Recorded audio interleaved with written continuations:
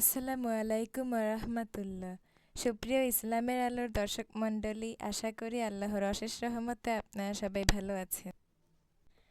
আজকে আমরা এই ভিডিওতে আলোচনা করব মৃত্যুর পর ফেরেশতারা লাশের সাথে কি করে। যখন লাশটিকে দাফন করে আপনজনেরা চলে যায় তখন সেই লাশের সাথে কি হয়, এটি নিয়ে আমরা আলোচনা করব এবং ভিডিও শেষে আলোচনা করব যে দোয়াটি পাঠ করলে মুনকার নাকিরের প্রশ্নের জবাব খুব সহজেই দেওয়া যায়। প্রিয় দর্শক, হযরত আজরাইল আলাইহিসসালাম আত্মার জান কবজ করে নেয়। তখন আত্মা দেহকে বলে দেয়, হে দেহ, আল্লাহ তোমাকে সুপ্রতিদান দিক। তুমি আমার সঙ্গী হয়ে আল্লাহর অনুগত্যে অগ্রগামী ছিলে আর আল্লাহর অবাধ্য ছিলে খুবই পশ্চাৎপদ। তুমি আমার পক্ষ থেকে মোবারকবাদ গ্রহণ করো, কেননা তুমি নিজেই মুক্তি পেয়েছ আর আমাকেও নাজাত দিয়েছ। এভাবে আত্মা দেহকে মোবারকবাদ দেয়। মুমিন বান্দার মৃত্যুতে জমিনের যে সকল অংশে ইবাদত করত সেগুলো কাঁপতে থাকে। আকাশের যে সকল দুয়ার দিয়ে সে নেক আমল উপরে উঠত সে সকল দুয়ার তার জন্য কাঁপতে থাকে। যে দরজা দিয়ে তার জন্য রিজিক নেমে আসত সে দরজাও তার জন্য কাঁপতে থাকে। আকাশ জমিনের এ ক্রন্দন দীর্ঘ 40 দিন পর্যন্ত অব্যাহত থাকে। মালাকুল মউত যখন তার আত্মার কবজ করে নেয় তখন তার দেহের হেফাজতের জন্য সেখানে 500 জন ফেরেশতা দাঁড়িয়ে থাকে। যদি কেউ তার লাশের পাশ ফেরাতে চায় তখন ফেরেশতারাও এই কাজে মানুষকে সহযোগিতা করে। এমনকি কাফন পরিধান, সুগন্ধি মাখানোর কাজেও ফেরেশতারা অংশ নেয়।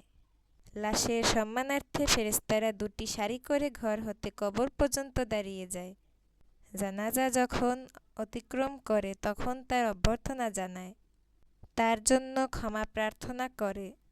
মুমিনের মর্যাদার এই অবস্থা দেখে ইবলিস এত জোরে চিৎকার করে ওঠে যে তার দেহের হাড়ের কোনো কোনো গ্রন্থির বন্ধন এ সময় শোকে পরিতাপে ছেয়ে যায়। সে আক্ষেপের সাথে সাথে তার সঙ্গীদেরকে বলে থাকে, তোমাদের সর্বনাশ করব। এ বান্দা তোমাদের ফাঁদ থেকে কিভাবে ফসকে গেল? ইবলিসের সঙ্গীরা বলে, এ নিষ্পাপ ছিল তাই আমাদের ফাঁদে আটকায়নি।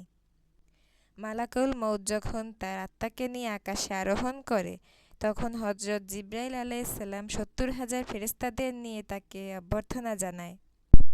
আর সকল ফেরেশতারা যখন আল্লাহ তাআলার সন্তুষ্টির সুসংবাদ জানাতে থাকে, মালাকুল মউত যখন আত্মা নিয়ে আরশের নিকট পৌঁছে যান তখন সে আল্লাহ তাআলার সামনে সিজদায় পতিত হয়ে যায়। আর সে সময় আল্লাহ তাআলা ইরশাদ করেন, হে মালাকুল মউত, তুমি আমার বান্দাকে নিয়ে যাও, জান্নাতের বাগানে রেখে এসো। অতঃপর তাকে কবরে রেখে আসার পর নামাজ তার ডান দিকে এবং রোজা তার বাম দিকে এসে দাঁড়ায়। প্রিয় দর্শক, আমরা আজ নামাজ এবং রোজা ছেড়ে দিয়েছি। নামাজ রোজার গুরুত্ব আমরা বুঝি না, অথচ এ নামাজ এবং রোজা কবরে আপনার ডান এবং বামে এসে দাঁড়াবে আপনাকে সকল প্রকার মুসিবত থেকে প্রোটেক্ট করার জন্য। আল্লাহ তাআলার জিকির ও কোরআন তেলাওয়াতে সে দাঁড়ায় তার শিয়রের দিকে, পায়ের দিকে দাঁড়িয়ে যায় জামাতের সাথে নামাজ পড়ার জন্য মসজিদে গমন, আর তার ধৈর্য কবরের এক কোণায় অবস্থান নেয়। এ সময় আল্লাহ তাআলা কবরে আযাবের একটি অংশ প্রেরণ করেন। আযাবটি এসে কবরের ডান দিক থেকে প্রবেশ করতে চায়, কিন্তু নামাজ তাকে বাধা দেয় ও বলে, আযাব তুমি পিছিয়ে যাও। খোদার কসম, এই বান্দাটি সারা জীবন কষ্টে ছিল, কবরে আসার পর তার কিছুটা আরাম মিলেছে। রাসূল সাল্লাল্লাহু আলাইহি সাল্লাম ফরমান, আযাব তখন ডান দিক থেকে সরে যায় বাম দিকে যায়, বাম দিক থেকে সরে যায় রোজা নামাজের মতো আযাবকে জবাব দিয়ে প্রতিহত করে। আযাব একবার মাথার উপর দিক থেকে আসতে চেষ্টা করলেও একই রকম জবাব আসে। মোট কথা, আযাব যেদিক থেকে আসতে চায় সেদিক থেকেই তার জন্য প্রতিবন্ধকতা সৃষ্টি হয়। অবশেষে আযাব যখন দেখে আল্লাহর এই নেক বান্দার আমল সব দিক থেকে তার জন্য প্রতিরক্ষার দেয়াল সৃষ্টি করে রেখেছে, তখন সে ফিরে যায়। আর সে সময় সবর উঠে নেক আমল সমূহকে বলতে থাকে, এই আযাবের প্রতিরক্ষায় আমি এজন্য আসিনি যে মূলত তোমাদের শক্তির পরিমাণ দেখাই আমার উদ্দেশ্য ছিল। তোমরা যদি তাকে প্রতিহত করতে ব্যর্থ হতে তাহলে আমি অবশ্যই এসে এই বান্দাকে আযাব থেকে রক্ষা করতাম। তোমরাই যখন যথেষ্ট হয়ে দাঁড়ালে তাই আমি সবরই করলাম। এই জন্য অতিরিক্ত সঞ্চয় হয়ে রয়ে গেলাম। পুলসিরাত আর মিজানে আমি তার কাজে আসবই ইনশাআল্লাহ। এরপর ওই বান্দার নিকট দুজন ফেরেশতা আসে, যাদের চোখ নীল বর্ণের, আওয়াজ ভয়ঙ্কর, গরুর সিংহের ন্যায় দাঁত এবং তাদের শ্বাসের সাথে নাসারন্ধ্র দিয়ে অগ্নিশিখা বের হয়। ফেরেশতাদ্বয়ের উভয়ের কাঁধের মধ্যবর্তী স্থান অনেক প্রশস্ত। তারা মুমিন বান্দা ছাড়া আর কারো উপর দয়া করতে জানে না। এই দুজন ফেরেশতাকে মুনকার নাকির বলা হয়। ওদের হাতে একটি হাতুড়ি থাকে, যে সকল মানব দানব মিলে একত্রিত হলেও তাও উত্তোলন করতে পারবে না। এ দুজন ফেরেশতা কবরে প্রবেশ করে লাশকে বলে, উঠে বসো। লাশ তৎক্ষণাৎ উঠে বসে যায় এবং কাফনের কাপড় খুলে পড়ে যায়। ফেরেশতা তখন জিজ্ঞাসা করে, তোমার প্রভু কে? তোমার ধর্ম কি? তোমার নবী কে? উত্তরে সে বলে, রব হলেন আল্লাহ তাআলা, যার কোনো অংশীদার নেই। আমি জীবনে আমার প্রভুর সাথে কোনো অংশীদার বানাইনি। আমার ধর্ম ইসলাম, আর ইসলাম মানে হলো আত্মসমর্পণ।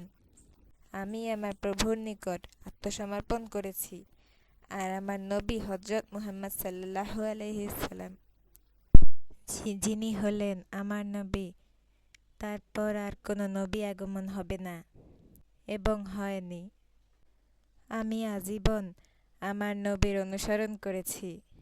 ফেরেশতারা জবাব শুনে বলবে, তুমি সত্য বলেছ।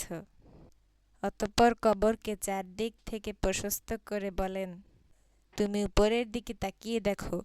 সে উপরের দিকে তাকায়, তখন আকাশের শেষ সীমানা তার চোখের সামনে ভেসে ওঠে। ফেরেশতারা বলে, হে আল্লাহর বন্ধু, এটা তোমার অবস্থানের ঠিকানা। আল্লাহর আনুগত্যের বিনিময়ে তুমি এটা পেয়েছ। বর্ণনার এই পর্যায়ে এসে রাসূল সাল্লাল্লাহু আলাইহি সাল্লাম বলেন, ওই সত্তার কসম যার উপরে আমার প্রাণ। মুমিন বান্দা তখন এতই আনন্দ উপভোগ করে যা কখনোই শেষ হবার নয়। অতঃপর এই বান্দাকে আল্লাহর নির্দেশ দিয়ে বলা হয় যে, তুমি নিচের দিকে দেখো। নিচের দিকে যখন সে তাকায়, তখন দোজখের শেষ সীমানা পর্যন্ত তার দৃষ্টির গোচরে চলে যায়। ফেরেশতারা তখন তাকে বলে, হে আল্লাহর প্রিয় পাত্র, এ ভয়ানক নরক থেকে তুমি নাজাত পেয়েছ। রাসূল সাল্লাল্লাহু আলাইহি ওয়াসাল্লাম ইরশাদ করেন, ওই বান্দার এ সময় এমন কুলোকারক্তি উজ্জিত হয় যা কখনো সমাপ্ত হবার নয়। অতঃপর স্বর্গের ৭৭টি দরজা তার জন্য উন্মুক্ত করে দেয়া হয়। এসব দরজা দিয়ে জান্নাত, সৌরভ এবং সুশীতল সমীকরণ তার কবরে পৌঁছতে থাকে এবং ততদিন পর্যন্ত থাকবে যতদিন সে কবরে থাকবে। রাসূল সাল্লাল্লাহু আলাইহি ওয়াসাল্লাম আলোচনার ধারাবাহিকতা অব্যাহত রেখে বলেন, এরপর আল্লাহ তাআলা মালাকুল মউতকে নির্দেশ দিয়ে বলেন, তুমি আমার দুশমনের নিকট যাও এবং তাকে আমার কাছে নিয়ে এসো। আমি প্রাচুর্যের সাথে তাকে তার উপর সে আমার সাথে শুধু অবাধ্যতাই করে ফেলেছে। এবার এই দুশমনকে আমার নিকট হাজির করা হলো।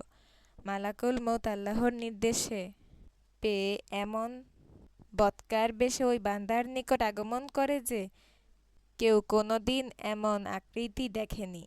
তার ১২টি চোখ থাকে। তার কাছে এমন একটি লৌহ শলাকা থাকে যা শাখা ও কাঁটা বিশিষ্ট। মালাকুল মউতের সাথে আরও 500 জন ফেরেশতা এবং প্রত্যেকের হাতে থাকে জাহান্নাম থেকে নিয়ে আসা আগুনের চাবুক। মালাকুল মউত অবাধ্য বান্দাকে চাবুক দিয়ে এমনভাবে আঘাত দিতে থাকে যে প্রতিটি কাঁটা তার সারা দেহে তন্দ্রের মধ্য দিয়ে বিদ্ধ হয়ে যায়। অতঃপর সেটি বাঁকিয়ে টেনে বের করে এবং তার পায়ের নখের তলদেশ পর্যন্ত আত্মাকে বের করে নিয়ে আসে। এরপর সেই লৌহ শলাকাটি বের করে তার উভয় পায়ের গোড়ালিতে ঢুকিয়ে দেয়া হয়। তখন আল্লাহর এই দুশমনের এতটাই কষ্ট হয় যে বেদনায় সে কাঁদতে থাকে। এমন সময় বাকি ফেরেশতারা তাদের হাতের চাবুক দিয়ে তার মুখমণ্ডল এবং পশ্চাৎ দেশের অনবরত প্রহার করতে থাকে এবং সে তার আত্মাকে শরীর থেকে সহজে বিচ্ছিন্ন করতে চাচ্ছিল না। এ সময় তার আত্মাকে টেনে হিঁচড়ে সারা শরীর থেকে গোড়ালিতে নিয়ে আসা হয়। শাস্তির এ পর্যায়ে শলাকাটি তার হাঁটুতে ফোটানো হয়। তখন বেদনায় সে ছটফট করতে থাকে। এমন সময় ফেরেশতারা আবার আগুনের চাবুক দিয়ে তার মুখ ও নিবন্ধে মারতে শুরু করে। হাঁটু থেকে শলাকাটি বের করে ঢুকানো হয় তার নিতম্ব দেশে, অতঃপর বুকে এবং সর্বশেষে কণ্ঠনালীতে ঢুকানো হয়। অতঃপর পূর্বের মতো সেটিকে টেনে বের করা হয়। এরপর ফেরেশতারা জাহান্নাম থেকে সংগ্রহ করা অঙ্গার তার থুতনির নিচে বিছিয়ে দিয়ে বলে, হে অপবিত্র আত্মা, তুমি বেরিয়ে আসো।